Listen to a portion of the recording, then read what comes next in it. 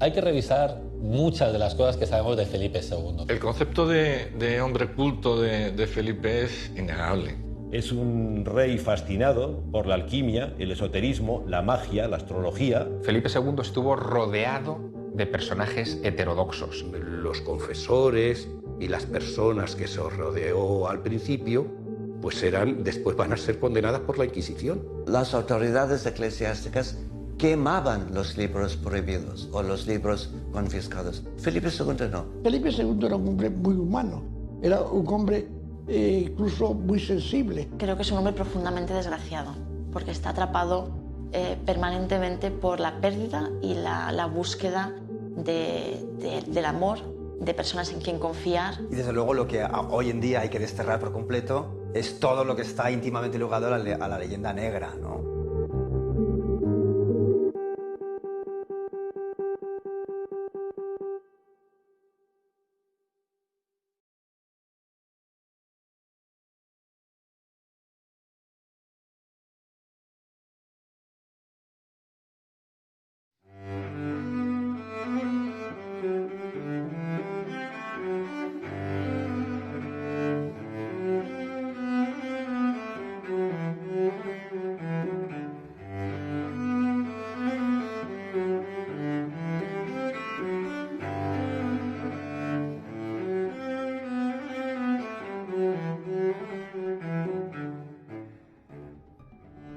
La historia la escriben los vencedores. No siempre consiguen cubrir la verdad, pero hay ocasiones en que la verdad se olvida.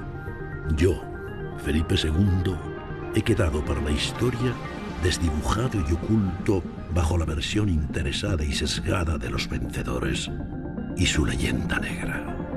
Yo, el monarca más poderoso del mundo, el hombre que imprimía su mano en los siglos como si fuesen cera, el hombre en cuyo imperio nunca se ponía el sol.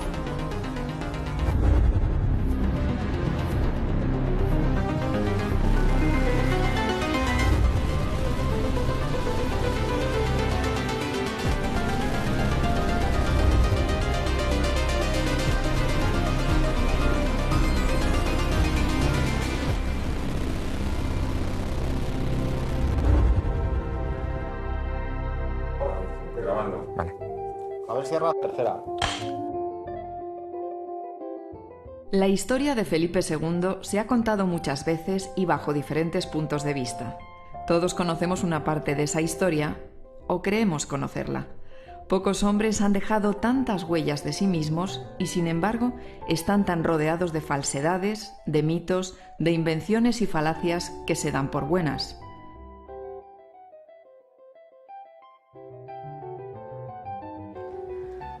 Muchas gracias, hasta luego, Teo. En los próximos minutos, algunos de los expertos más importantes en su figura nos ayudarán a desvelar sus secretos más ocultos. Felipe II, el rey, el hombre, como nunca se ha contado.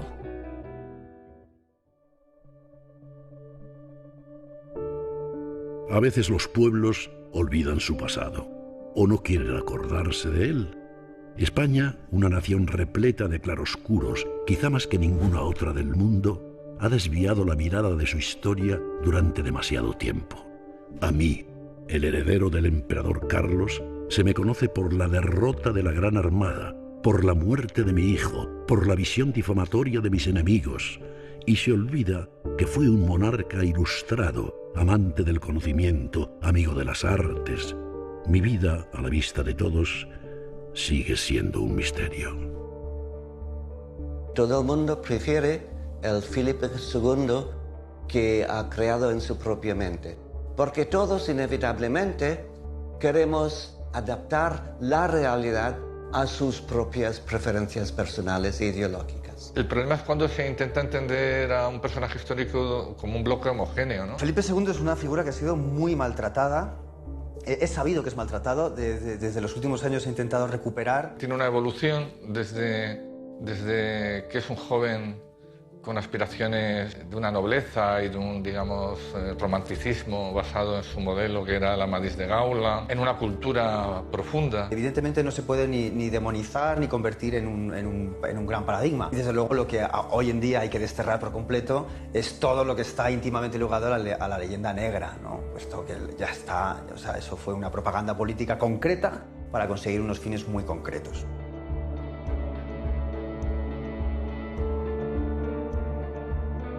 Tenemos la visión a través de los ojos de la historiografía británica, principalmente, y esto pues es como si estuviéramos viendo la historia de las tribus indias nativas a través del general Custer. Cuando ellos escriben la historia de Felipe II está muy condicionada por la leyenda negra, y entonces la imagen que tienen de Felipe II y la imagen que tenemos también incluso los españoles de Felipe II es que fue un déspota, que fue un rey tirano, que fue un rey absolutista, imperialista, prácticamente uno de los seres más despiadados del momento, ¿no?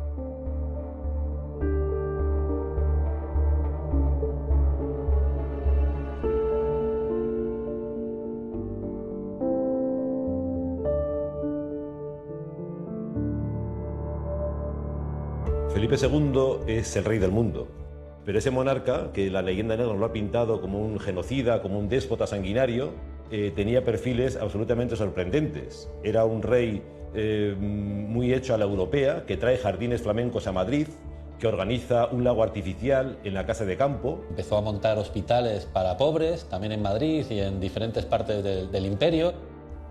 Tuvo incluso la sensibilidad social de empezar a construir casas para los más desfavorecidos, para la gente que no tenía dónde vivir. Pero si fue algo, fue sobre todo un gran príncipe renacentista, cuando era príncipe, y un gran rey renacentista con todo lo que se conlleva, ¿eh?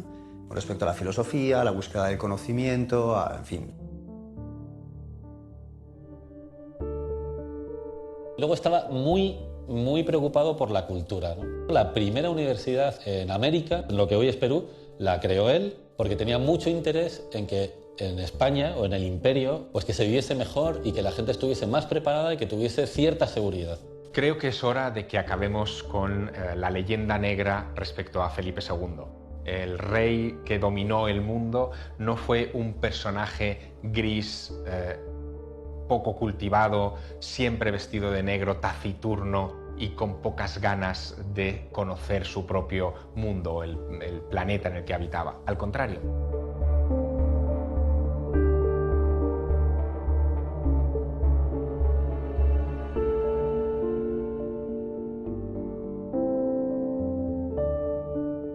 Es un rey fascinado por la alquimia, el esoterismo, la magia, la astrología. Apenas se conoce nada de esto en una España ultracatólica, donde son todas estas ciencias y paraciencias perseguidas por la Inquisición. Fue un hombre con grandes inquietudes que se hizo enormes preguntas para las que no encontraba respuesta en los materiales que tenía a su alcance o en los intelectuales que lo arropaban, y que terminó muriéndose con la duda irresuelta respecto a las grandes preguntas filosóficas con las que creció en su infancia cerca de su madre Isabel de Portugal. Las preguntas que todavía hoy, paradójicamente, siguen sin encontrar solución. ¿Quiénes somos? ¿De dónde venimos? Y sobre todo, después de pasar por este mundo, ¿a dónde vamos?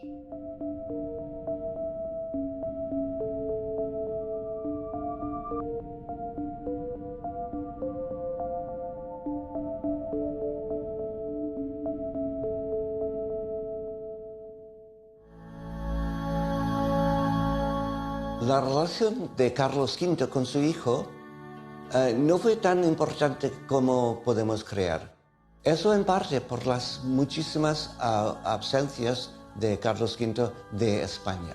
Pero en cambio estuvo muy pegado a su madre, a Isabel de Portugal, con la que vivió hasta los 12 años, hasta que se quedó huérfano de madre. Su infancia está marcada por un entorno femenino, sus hermanas, su madre, la educación prácticamente a solas. Él crece primero bastante aislado de su padre, de Carlos V, del emperador, que no le prestó demasiada atención en sus primeros años de vida. Y ahí vemos pues, un niño dulce, alegre, que de repente se ve sumido pues, en esa orfandad. Felipe II apareció como un príncipe castellano en su niñez y adolescencia, pero A partir de 1548, que es cuando su padre Carlos V le quiere dejar como emperador, aparece como un príncipe humanista.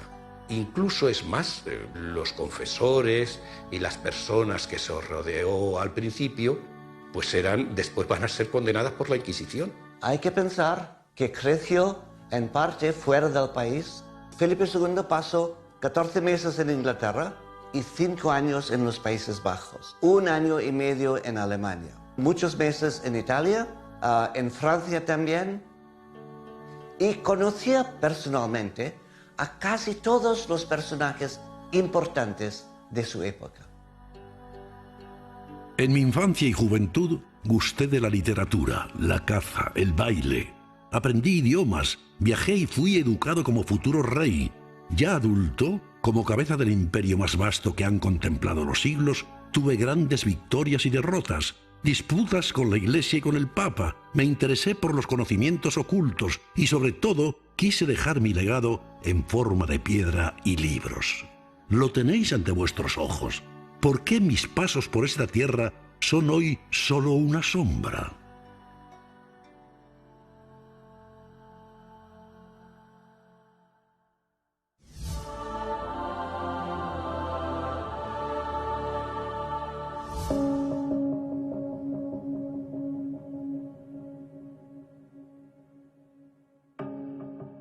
Felipe II era un hombre muy humano, era un hombre incluso muy sensible y con una formación literaria y artística enorme. Fue un gran protector de las artes. Tuvo una formación principesca y, de acuerdo con las directrices de la época, había estudiado con maestros muy importantes, tenía un conocimiento matemático, tenía un conocimiento lingüístico, filológico. Era un hombre muy culto, sobre todo para los estándares de la época. Tenía libros en hebreo, tenía libros, por supuesto, en latín, tenía libros en árabe. Entonces, posiblemente conociese las nociones básicas para defenderse en cualquiera de esos idiomas. El concepto de hombre culto de Felipe es innegable. Tenía una cultura y una memoria portentosa. Yo creo que habría muy pocas personas en aquella época con su nivel de cultura. Basta recordar que él, ya en Salamanca, de joven, se preocupa por el estado de la universidad, es muy abierto, incluso muy social en un momento dado. Pero sobre todo es un hombre que leía. Era un rey que estaba preocupado por leer, escribía muy bien y escribía todas sus cartas, las escribía y las órdenes las daba por carta y por escrito.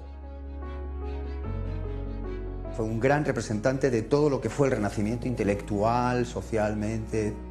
Le interesaba casi todo, ¿no? Como los hombres del Renacimiento. Si yo tuviera que destacar, evidentemente le interesaba muchísimo la arquitectura. Y además era un hombre que era un gran amante de la música, hasta el punto de que tocaba la vihuela, tocaba el laúd y posiblemente tocaba el clavecín. Solo hay que ver los cuadros que hay en el Museo del Prado para ver que no es un rey ni misógino, ni de una religiosidad puritana y enfermiza, sino todo lo contrario. Las ideas que tenía de crear una gran biblioteca y de traer libros que entonces comenzaban a ser discutidos o prohibidos, indica que su mentalidad era abierta. Y sin embargo, en un momento dado de su vida, decide empezar a vestir ya para siempre de negro, de luto riguroso.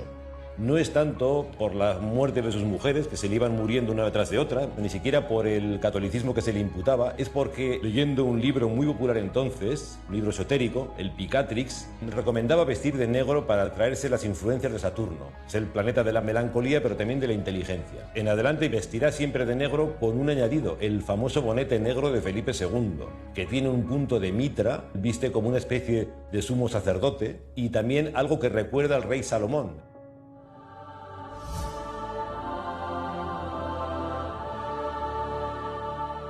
Muchas veces a lo mejor no entendemos bien algunas acciones de Felipe II, de rechazo o de aceptación de cuadros que nos parecerían pues, absurdos desde nuestro punto de vista, pero desde el suyo eran perfectamente lógicos. En esa época no existían los caprichos estéticos.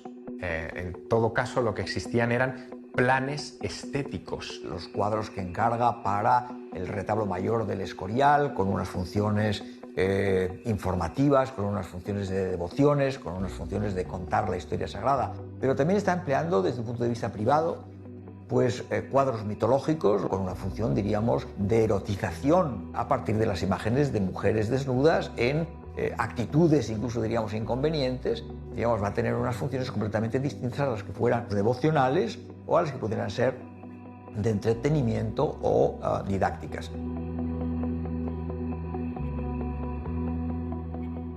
Ese arte debemos entenderlo casi como si nos enfrentáramos a máquinas que cumplían con un servicio.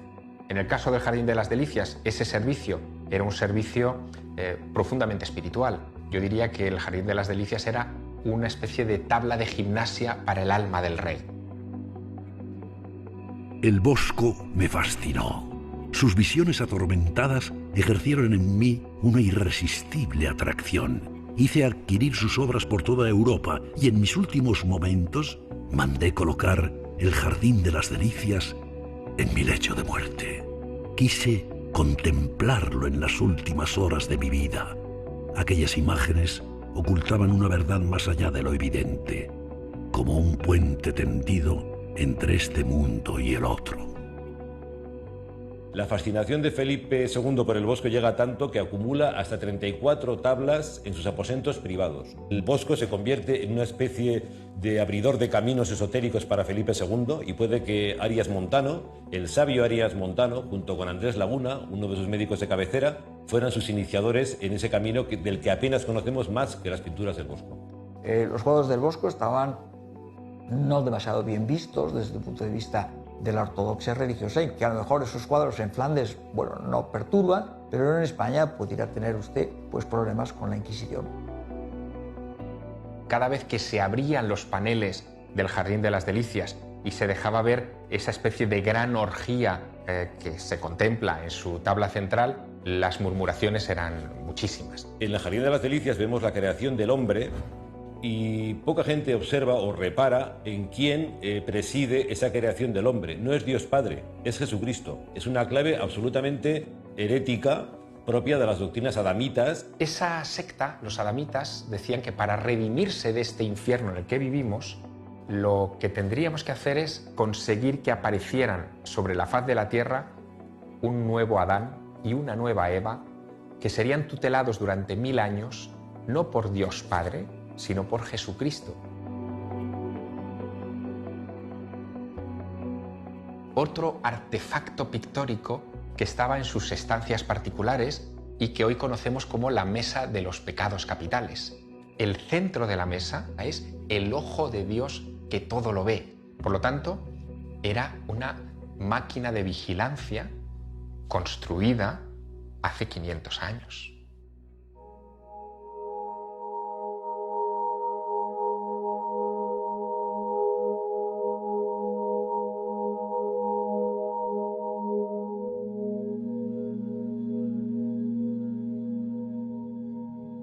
El Escorial tiene un sentido simbólico y muy grande. En principio es la victoria de San Quintín la que parece que motiva la realización del Escorial, pero va más lejos que celebrar una victoria. La famosa batalla de San Quintín, pues bueno, tiene que estar, es un motivo oficial, no es falso en sí mismo, lo que pasa es que es insuficiente. Evidentemente, todo ese proyecto tan grande no se hace para conmemorar una batalla. Es el pensamiento de Felipe II de construir un edificio que es como el templo de Salomón fue para el mundo hebraico.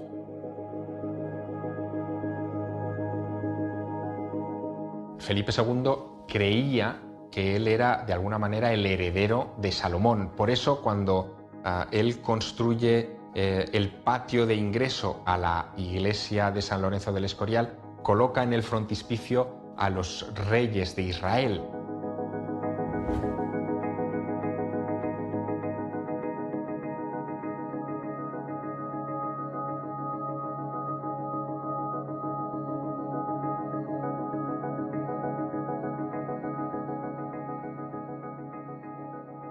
El fresco que en la bóveda de la Biblioteca del Escorial representa una especie de juramento entre Salomón y la reina de Saba. Salomón tiene un parecido absolutamente asombroso en el perfil de Salomón con el busto de Felipe II de Pompeo Leoni. Y todo eso no es casual. El rey Salomón construyó un lugar que pasaría a la historia de la humanidad como el tabernáculo a través del cual se podría hablar directamente con Dios.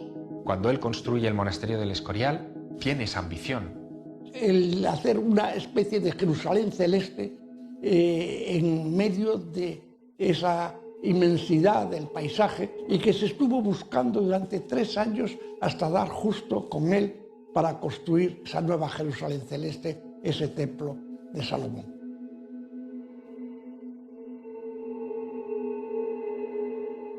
La novedad es fundamental para entender el Escorial. Fue un edificio totalmente vanguardista, nuevo, y lo quiso ser en su concepto, con lo cual no valía Toledo ni valía ciudades con un pasado, se trataba de empezar de nuevo, una cosa nueva, acreditada con un orden superior. No son reyes de Castilla ni reyes de Asturias los que están en el patio de los reyes, son los reyes de Israel.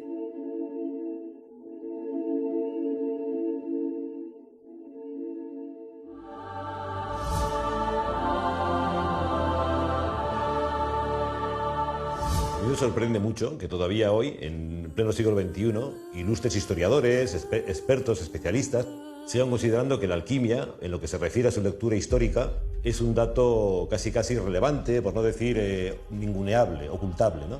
Porque en la alquimia no solamente se cruza esoterismo hebreo, en fin, cábala, numerología, astrología, sino que se cruzan los primeros intentos, primeros esbozos experimentales que van a llevar, como digo, a las ciencias modernas. La alquimia entonces era lo más parecido a lo que luego fue la física y la química. Una de las grandes ciencias era la alquimia, la otra era la astrología, que también te permitía conocer los planes de Dios. Entonces estas cosas hacen, por lo menos, que nos permitamos el lujo de sospechar que Felipe II no era tan fanático como nos lo han vendido. Es que no se trata de un capricho de Felipe II. Nos encontramos que en la corte de los Médicis está un personaje como Nostradamus.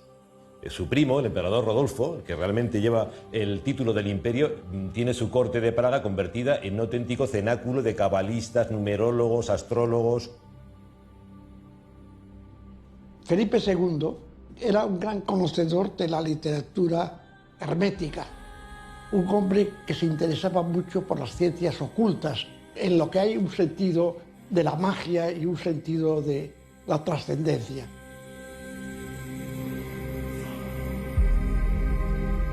Busqué la sabiduría donde quiera que pudiera hallarse, sin importar su origen. La busqué incluso en lugares prohibidos en mi tiempo, y por ello tuve que luchar en no pocas ocasiones contra la intransigencia y el fanatismo. Alquimia, astrología, cábala, saberes antiguos y herméticos. Hay una prueba histórica conservada en el Museo Británico que demuestra el vínculo entre Felipe II y la magia de una manera excepcional. Esa prueba es un pequeño espejo de obsidiana negro. Fue un regalo que le hizo el rey Felipe II a la reina Isabel I de Inglaterra.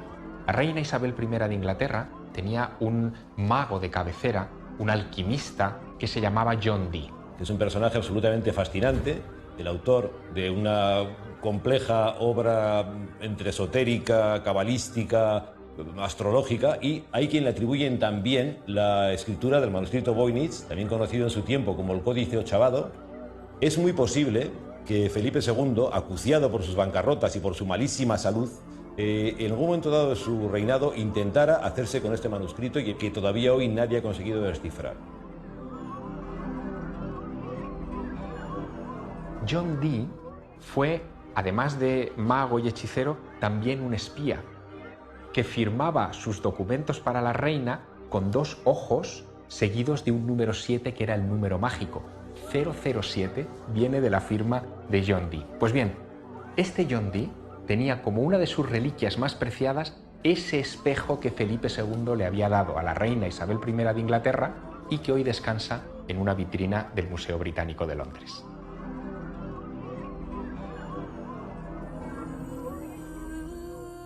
¿Qué buscaba Felipe II de la alquimia? 2 cosas fundamentales: el elixir de la eterna juventud o el de la inmortalidad, y por supuesto la piedra filosofal, la que convierte el plomo en oro. ¿Hasta qué punto podemos considerar todo esto superchería? Bien, consideremos que un personaje como Isaac Newton, padre de la ciencia moderna, estudió alquimia y dejó obra alquímica hasta los últimos días de su vida. Hablamos de Isaac Newton.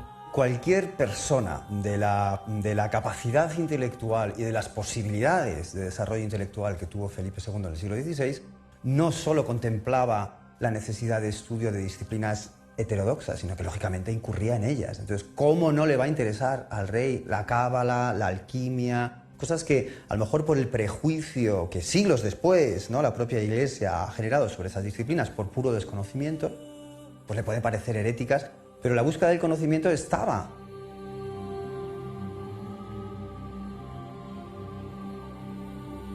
Como todos los grandes mandatarios de su tiempo, desde los sumerios, yo creo que hasta Ronald Reagan, Felipe era un personaje obsesionado con la astrología. Le importaba mucho el veredicto de las estrellas. Él, antes de ser rey, siendo todavía príncipe, ya hace venir a su corte al más famoso astrólogo de Alemania, que es Mateo Jaco, y este le hace una predicción de la que él en su momento se jacta, porque le parece divertida y nada más, pero que se cumplirá al pie de la letra. Le llega a decir que se casará 4 veces, que tendrá 5 hijos y que solo sobrevivirán 2. Esto, que vaya si es preciso y aventurado, se cumple al pie de la letra. La astrología era una ciencia, entre comillas, común y muy frecuente en las clases pudientes de la época a la que nos estamos refiriendo. Y por lo tanto, Felipe II no fue ajeno, desde luego, a su influencia. Él tuvo sus astrólogos, existen las cartas natales del propio rey. El elemento astrológico aparece una y otra vez como pequeños destellos en algunos elementos de las decoraciones del propio monasterio del Escorial, donde se supone que no debería estar, porque la astrología, si bien no estaba tan prohibida, no era un elemento tan rechazado por la Iglesia Católica como paradójicamente lo es hoy, en esa época tampoco estaba demasiado bien visto.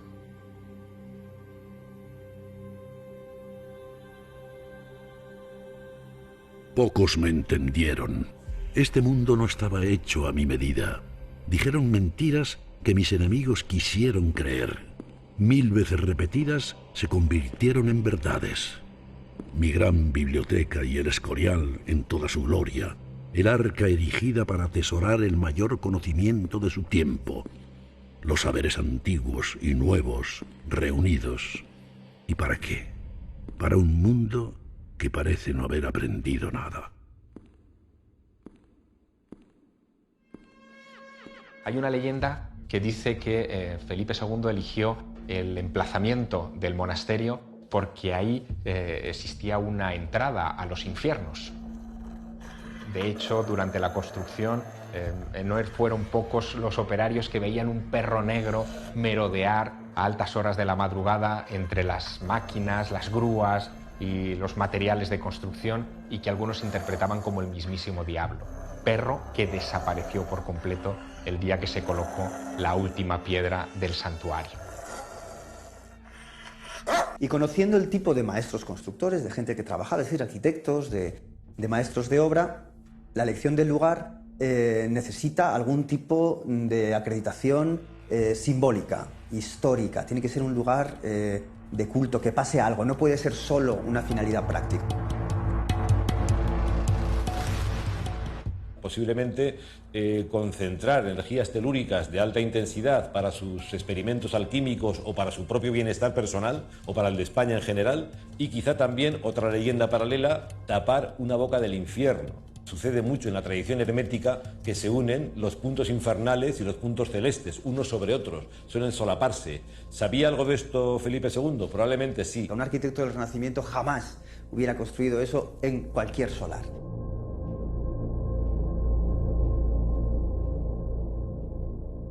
Felipe II, según dicen, pues tenía cierta tendencia a buscar un emplazamiento en una zona que estuviese señalada por algún acontecimiento relacionado con la cultura o con el culto a los difuntos.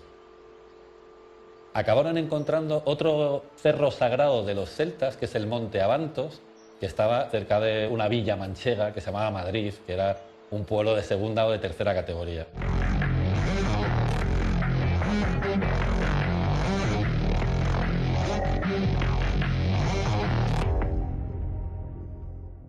Madrid en ese momento jamás nadie podía haber imaginado que iba a ser la candidata a ser la capital de un reino. De hecho, como tal, el documento donde Madrid, el supuesto 1561, donde Madrid se convierte en la capital, no existe, no es verdad. Una vez que Felipe II se trae la corte a Madrid, pues se empieza a configurar este Madrid de Felipe II, Felipe III, Felipe IV y Carlos II, que es lo que hoy se llama Madrid de los Austria, que es una de las zonas más visitadas, tanto por los turistas nacionales como por los turistas internacionales, y una de las zonas que más nos gusta a los madrileños.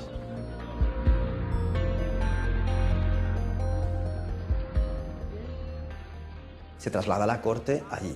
Con lo cual parece claro, yo apoyo sobre todo a los autores que dicen no es que el Escorial está allí porque Madrid fue la capital, no, Madrid se convirtió en la sede de la corte, decir capital es mucho, porque se eligió el enclave del Escorial.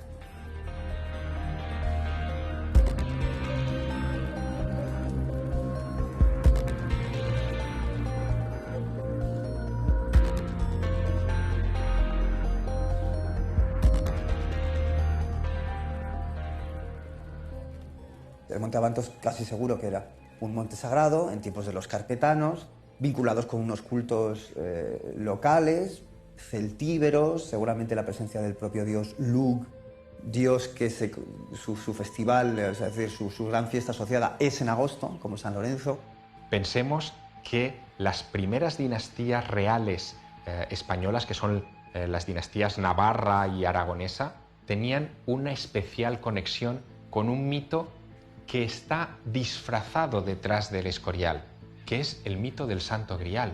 San Lorenzo es un santo muy peculiar, es un santo de origen español que, según la leyenda áurea, es el que se encarga de recoger el Grial y traerlo hacia Huesca, la actual Huesca. ¿Qué pasó en adelante con ese Grial? No lo sabemos, pero sabemos que el Escorial lleva el nombre de San Lorenzo, quizá más por el Grial que por la efeméride de la batalla de San Quintín.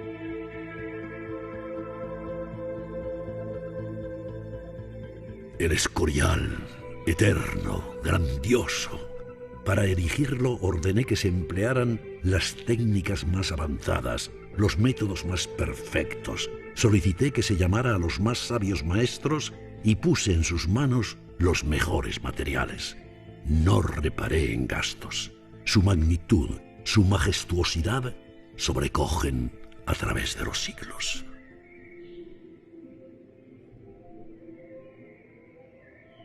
En el Escorial hay toda la experiencia arquitectónica que adquiere Felipe II a lo largo de toda su vida. Herrera trabajó con unas grúas, con unos sistemas muy avanzados y consiguieron técnicamente una construcción absolutamente impecable.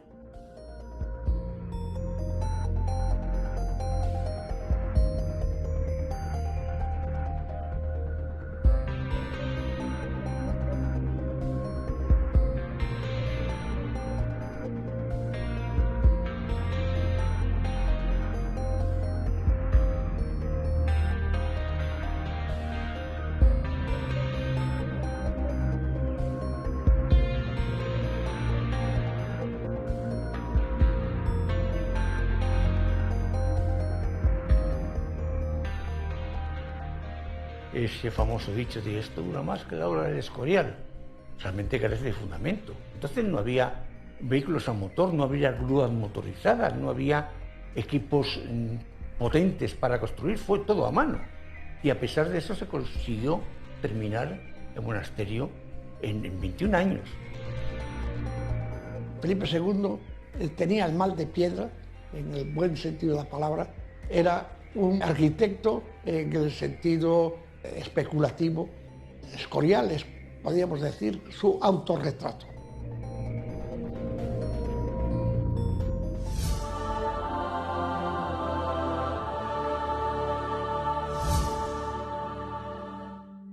El Escorial, el ombligo de mi mundo. Nada fue dejado al azar. Pocos entendieron y menos aún entienden su significado. Entre sus muros retumban los tópicos que nada tienen que ver con su erección.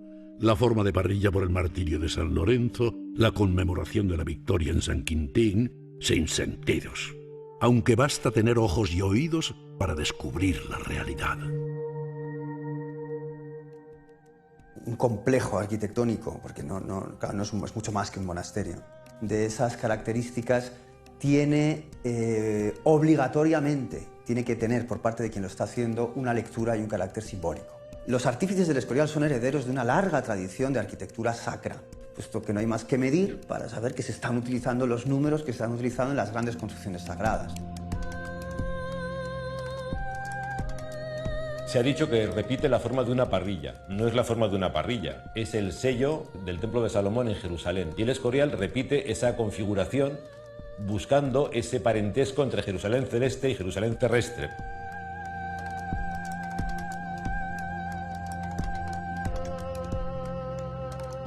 Y como gran templo, lógicamente, quiere ser la metáfora de un orden universal. Un orden definitivo universal conectado con las leyes divinas. Todos los paradigmas geométricos de todas las grandes formas geométricas, en el Escorial, si hay que destacar uno, es uno de los 5 sólidos platónicos, que es el hexaedro o cubo. Esa figura cúbica la tenemos en las pinturas al fresco. Lucas Cambiaso hace el coro alto de la Basílica del Escorial.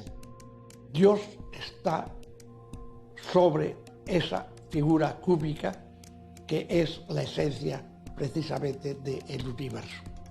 La Kaaba de los musulmanes es un cubo, el Sancta Sanctorum del Templo de Salomón, y el Templo de Salomón es clave para entender el Escorial, era un cubo perfecto, ¿no?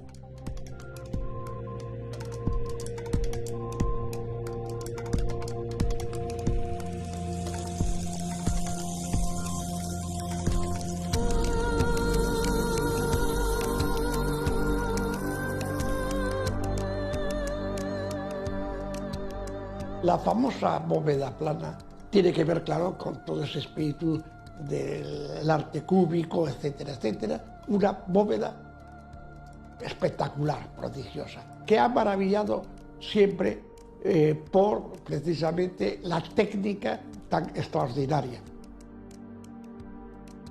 En el mundo renacentista se recupera la idea de que hay dos grandes figuras sagradas. Una es la circunferencia, el círculo, las 6 esquinas, ¿no?, están, lógicamente, en una circunferencia perfecta. Eso le genera al Escorial la presencia de un primer centro. Pero uno se da cuenta de un dato mucho más apasionante, y además es también muy evidente. Si uno se coge la fachada poniente, ¿no?, la medida, y construye con esa fachada un triángulo equilátero, la punta del triángulo equilátero, la punta superior, va a coincidir exactamente con el lugar donde está el sagrario en la basílica. El triángulo equilátero es otra de las grandes formas sagradas. En una lectura cristiana, católica, pues lógicamente es el símbolo de la Santísima Trinidad, por supuesto. Pero una lectura con un aire un poco más pagano, más antiguo, es la idea, el número idea 3, el equilibrio, el logos, la razón, la unión de los opuestos, el espíritu, la inteligencia, la diosa Atenea, muchas cosas. Es un edificio que juega a dos bandas, como el propio rey. En el fondo, el propio edificio es la metáfora del rey. Si el rey fuera un edificio, sería el Escorial.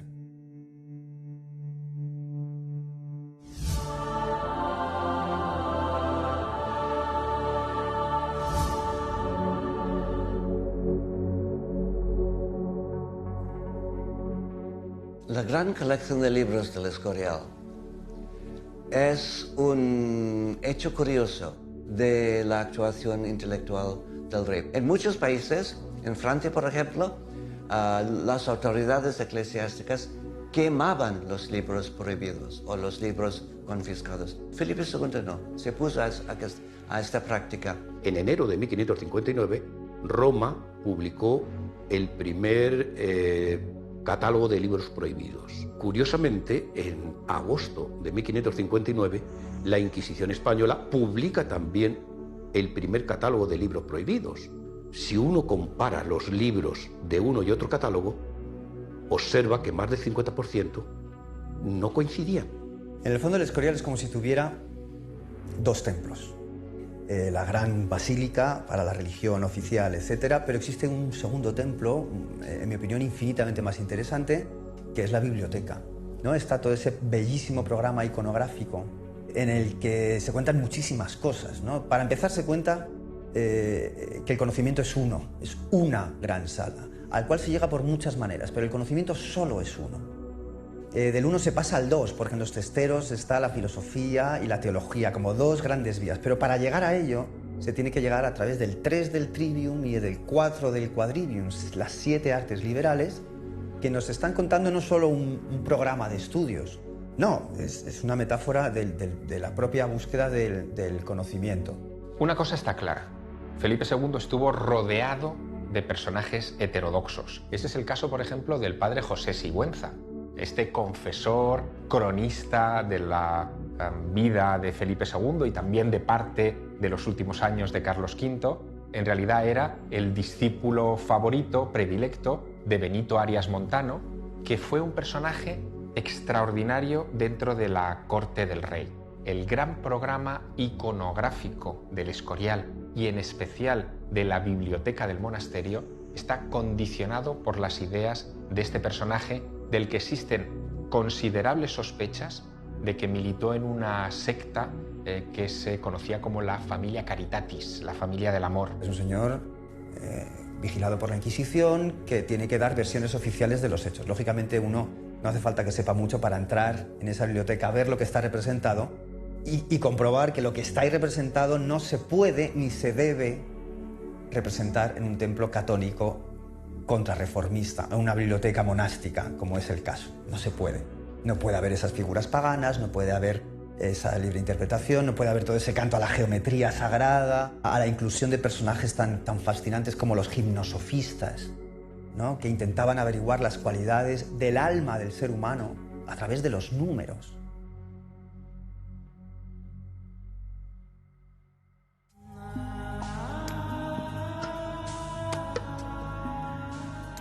Me acusaron de estar obsesionado con las reliquias de los santos, la Virgen, el mismo Jesucristo. ¡Qué errados estaban! Mi ansia de reliquias fue una mirada al pasado, cuando los objetos de poder convivían con nosotros. La lanza de Longinos que mi padre, el emperador Carlos, blande en su mano en el cuadro de Tiziano. No, no hay obsesión, sino respeto por los saberes de la antigüedad. Yo creo que su relación personal con la religión va cambiando según envejece y sobre todo cuando llega la muerte, pero también yo creo que esencialmente es tan religioso como supersticioso. Felipe II, que escuchó desde niño en Centro Europa las historias de los cruzados que hablaban de la lanza que atravesó el costado de Cristo, del Santo Grial, de los objetos en definitiva que podían dar poder a una estirpe como la suya.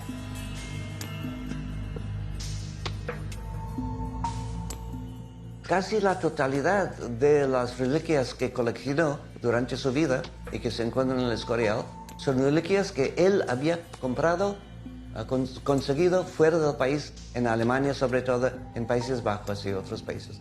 Es decir, es una de las cosas que aprendió de Europa.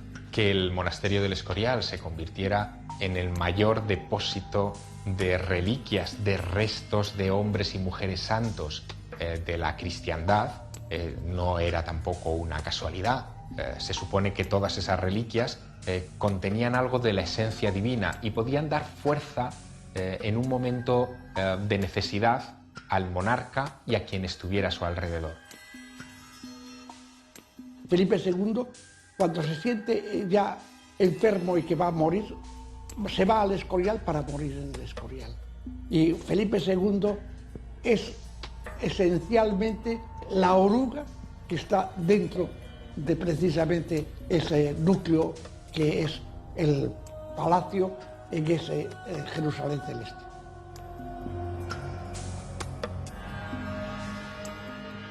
Se trasladó en un viaje penoso de varios días hasta San Lorenzo del Escorial porque él deseaba estar cerca de esos restos santos que sabían que le iban a garantizar un tránsito más benigno dentro de lo que cabe al otro mundo.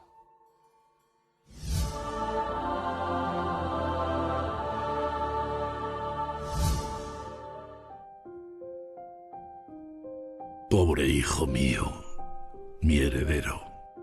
No quise aceptar lo que me contaban de su crueldad cuando era niño.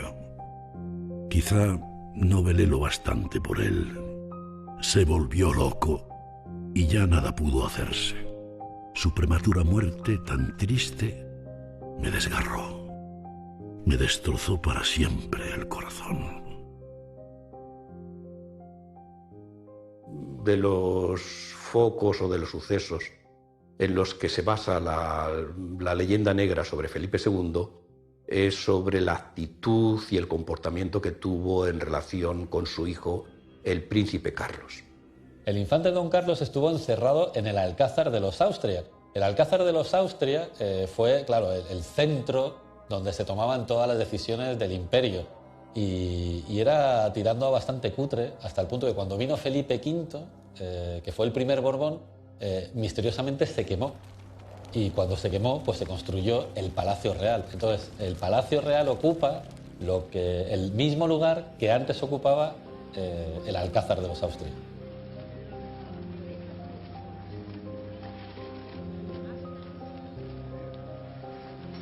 La muerte del infante Carlos es aún más un terrible fracaso, porque Carlos crea una situación con su conato de rebeldía que le lleva a quedar encarcelado digamos, en una custodia forzada que probablemente es la causa de su muerte.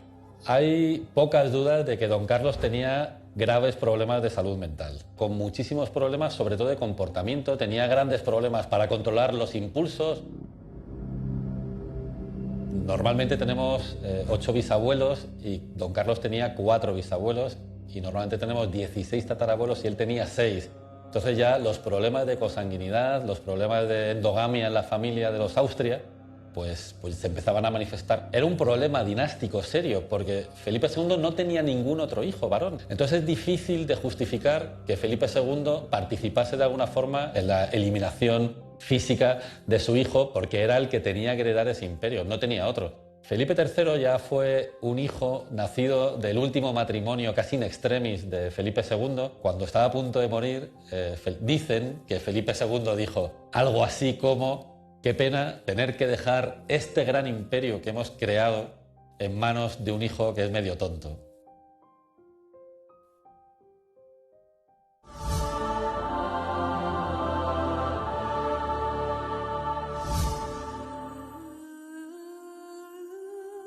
La fe guió mi existencia, pero no la fe ciega. Todas las verdades, con sus caminos a veces tortuosos, apuntan a un mismo lugar. No fui un fanático. Me acusaron de ambicionar un poder absoluto, cuando solo quise unir a los hombres bajo una única cabeza, y no la mía, destinada a desaparecer, sino la de un creador sabio y misericordioso.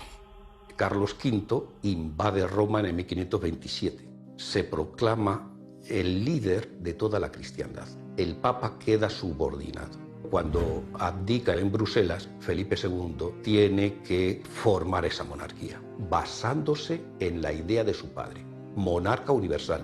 Es una idea que viene de la Edad Media, basada en la Biblia, de que algún día existirá un rey universal que guiará el cristianismo, apacentará a todos los fieles cristianos como el buen pastor que apacenta a las ovejas. Y lo que plantean el resto de poderes europeos: ¿por qué usted va a ser el monarca universal y no puede ser el rey de Francia o el rey de Portugal, por ejemplo? Porque somos los más fuertes. Podemos más que el emperador y podemos más que todos los monarcas europeos juntos. Álvaro de Bazán, el gran capitán que teníamos en ese momento en la Armada, el vencedor de Lepanto, pues muere en vísperas del ataque que se iba a lanzar a Inglaterra, pero Felipe II dice: me da igual, si Dios está conmigo.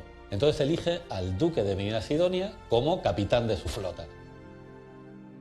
Cuando iban hacia Inglaterra, se encuentran de repente a toda la armada británica, se la encuentran en Plymouth.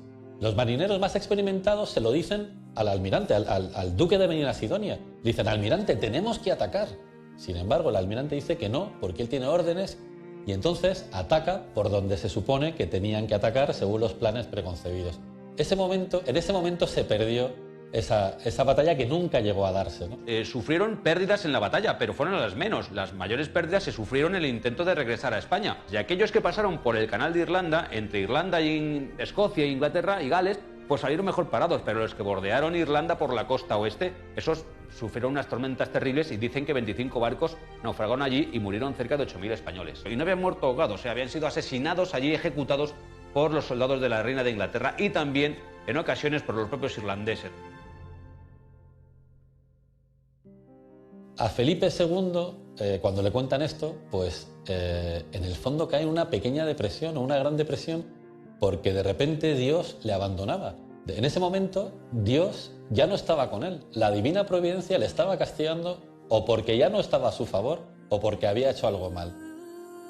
Los reveses de la providencia, la derrota contra la pérfida Inglaterra y su reina Isabel, la furia de los elementos, el imperio en manos de mi último hijo Felipe.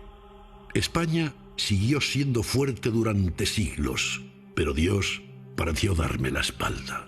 Dar la espalda al destino que soñé para la monarquía hispánica, la monarquía universal. El desastre de la Armada Invencible, la verdad es que para España tampoco supuso un desastre. Es decir, fue una frustración en las aspiraciones políticas de Felipe II, pero bueno, Felipe II siguió gobernando y además el poder naval de español se rehizo. La grandeza y las aspiraciones de los castellanos tras la conquista de Portugal y el intento de la conquista de Inglaterra, no se acabó ahí, intenta también conquistar China, en donde los castellanos han llegado al poder y se planifica una escuadra de 15.000 personas que salga de Sevilla y que, atravesando el estrecho de Magallanes, llegue a Japón. Con la ayuda de los japoneses intentaban conquistar China. Bien, la red de espionaje española era comparable por extensión y por eficacia a la CIA, el KGB y hasta el Mossad. O sea, realmente controlaban todo, podían llegar a Constantinopla. De hecho, hubo un proyecto que era incendiar la armada del turco en Constantinopla y falló por detalles absolutamente nimios, pero estuvieron muy cerca de conseguirlo y realmente controlaban el mundo y dominaban el mundo, y el peso y el nombre de España era temible en entonces. La idea de monarquía universal no iba a ser una idea utópica, sino que realmente iba a ser una idea práctica, empírica.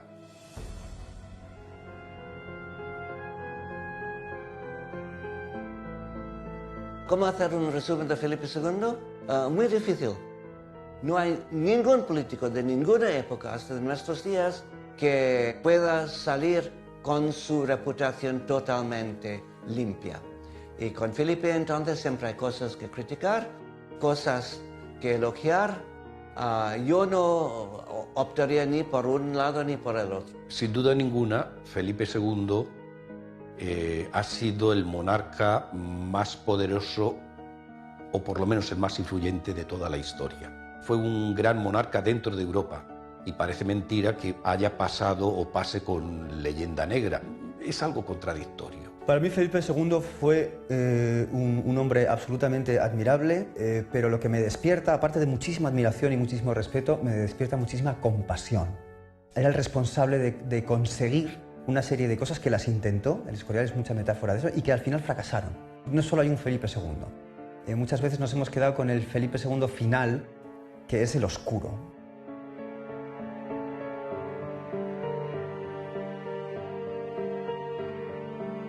Felipe II creo que es un hombre profundamente desgraciado, porque está atrapado permanentemente por la pérdida y la búsqueda del amor, de personas en quien confiar, y que a partir de la primera pérdida de su madre se inicia un camino hacia la soledad, hacia la reclusión. Y quizá eso es lo que proyecta esa imagen de hombre solo, recluido, amargado y triste que nos ha llegado hasta hoy.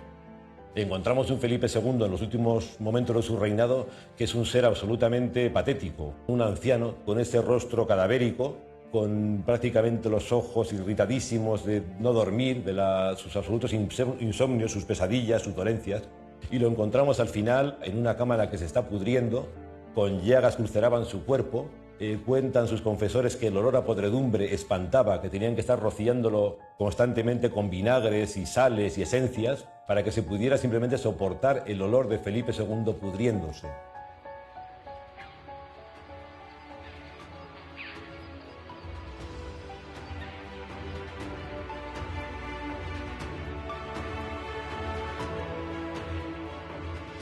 valdría la pena recordar al joven de 16 años que va al encuentro de su primera novia, que no puede esperar a verla al día de la boda y coge con un caballo, va a intentar y la ve a escondidas porque quiere ver cómo va a ser su novia. Eso me parece muy tierno y muy triste a la vez. ¿Qué quedó de él? Quedó, yo creo que una sombra inmensa, como es la del Escorial, esa figura que se pierde por un pasillo largo, que es Felipe II vestido de negro, avanzando hacia la inmortalidad. La vida, la muerte. Siempre hay un comienzo y un final. En mis últimas horas solo quedaba amargura y quizá el consuelo de haber sido siempre fiel a mí mismo. El tiempo pasa para todos. Conmigo España fue grande, sí, pero estuvo a punto de ser infinita.